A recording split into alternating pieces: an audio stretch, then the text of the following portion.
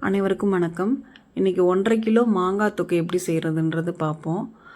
1.5 kilo மாங்காவை இந்த மாதிரி carrot துருவுறதில் திருவி வச்சுட்டு ஒரு 150 கிராம் உப்பு, 20 கிராம் வெந்தயம், 15 கிராம் கடுகு, கொஞ்சமாக கருவேப்பிலை, 15 கிராம் கட்டி பெருங்காயம் இது எல்லாமே செவக்க வறுத்து பவுட்ரு பண்ணி வச்சுக்குவோம். இந்த பக்கம் சட்டியில் இதுக்கு 1/2 லிட்ரு எண்ணெய், செக்கில் ஆட்டின நல்லெண்ணெய் சேர்த்துக்கிறேன்.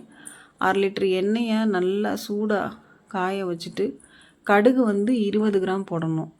சின்ன கடுகாக போட்டிங்கன்னா நல்லா பார்க்க நல்லா இருக்கும் உங்களுக்கு.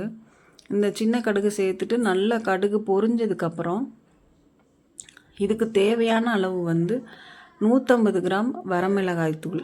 இந்த வரமிளகாய் தூள் கடுகு வெடித்ததுக்கப்புறம் போடணும்.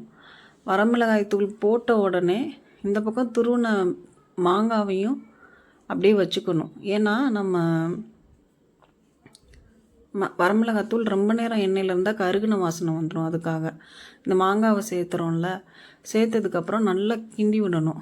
ஒரு 2 நிமிஷத்துக்கு அப்புறம் 150 கிராம் உப்பு வச்சுருக்கோம்ல, அதையும் கலந்துக்கலாம்.